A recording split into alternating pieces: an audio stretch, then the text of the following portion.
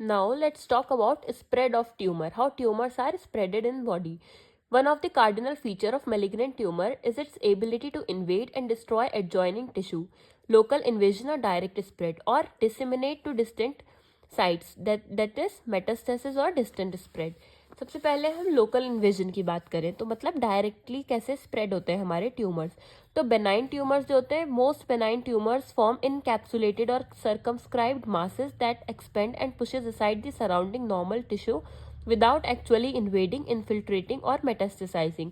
जो हमारे benign tumours होते हैं वो एक कैप्सूल फॉर्म कर लेते हैं, मतलब अपने आसपास इनकैप्सुलेटेड होते हैं और सर्कमस्क्राइब्ड मास इसमें हमारा फॉर्म हो जाता है, जो कि हमारा एक्सपेंड करता है और पुश करता है aside the surrounding normal tissue. जो पास में हमारे टिश्यू प्रेजेंट होंगे उनको हमारा पुश करेगा उनकी तरफ, लेकिन उसमें सिर्फ पुश करेगा, वो इन्वेड नहीं करेगा विदाउट एक्चुअली इन्वेडिंग, इन्फिल्ट्रेटिंग और मेटास्टेसाइजिंग.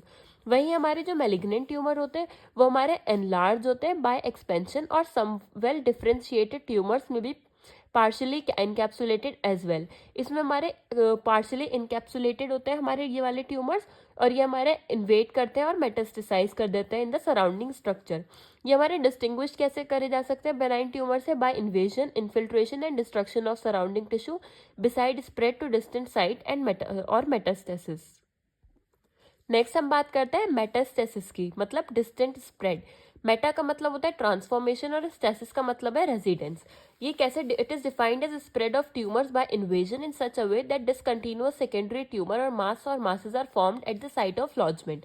जो हमारे बेनाइन ट्यूमर होते हैं वो मेटास्टेसाइज नहीं करते, वही हमारे malignant tumour can metastasise. Routes of metastasis हम देखें तो कैंसर जो होता है वो हमारा डिफरेंट साइट्स पर स्प्रेड हो सकता है बाय फॉलोइंग पाथवे. सबसे पहला है हमारा स्प्रेड अलोंग बॉडी कैविटीज और सर्फेसिस. ये हमारा अनकॉमन रूट ऑफ स्प्रेड होता है of some cancers are by seeding across body cavities and natural passages such as peritoneal cavity, pelvic cavity, pleural cavity, joint spaces and cerebrospinal fluid. इसका हमारा example है ovarian cancer. Next आता है हमारा lymphatic spread. कुछ carcinoma metastasise most commonly by lymphatic route. Next आता है हमारा इसमें हिमेटोजेनस स्प्रेड. ब्लड बॉन्ड metastasis is the most common route for sarcoma, but certain sarcomas also frequently metastasize by their mode, especially through the lung, breast, thyroid, kidney, liver, prostate and ovary. Next आता है हमारा iatrogenic spread via surgical instrument. ये हमारा figure है benign tumour की, जो कि हमारा इनकैप्सुलेटेड है, और ये हमारा है मेलिग्नेंट ट्यूमर जो हमारा इनकैप्सुलेटेड नहीं है. हम अब डिफरेंस देखते हैं बेनाइन ट्यूमर और मेलिग्नेंट ट्यूमर में. बेनाइन ट्यूमर क्या है? इसमें हमारा एबनॉर्मल ग्रोथ है that does not invade surrounding tissue और spread to other parts of the body. Malignant tumour क्या है हमारा? इसमें एबनॉर्मल ग्रोथ होती है जो कि इन्वेड करती है और डिस्ट्रॉय कर देती है नियर बाय टिश्यू को, एंड दैट में spread metastasise to other parts of the body. इसमें हमारा स्लो ग्रोथ रेट होता है, इसमें हमारा फास्ट ग्रोथ रेट होता है.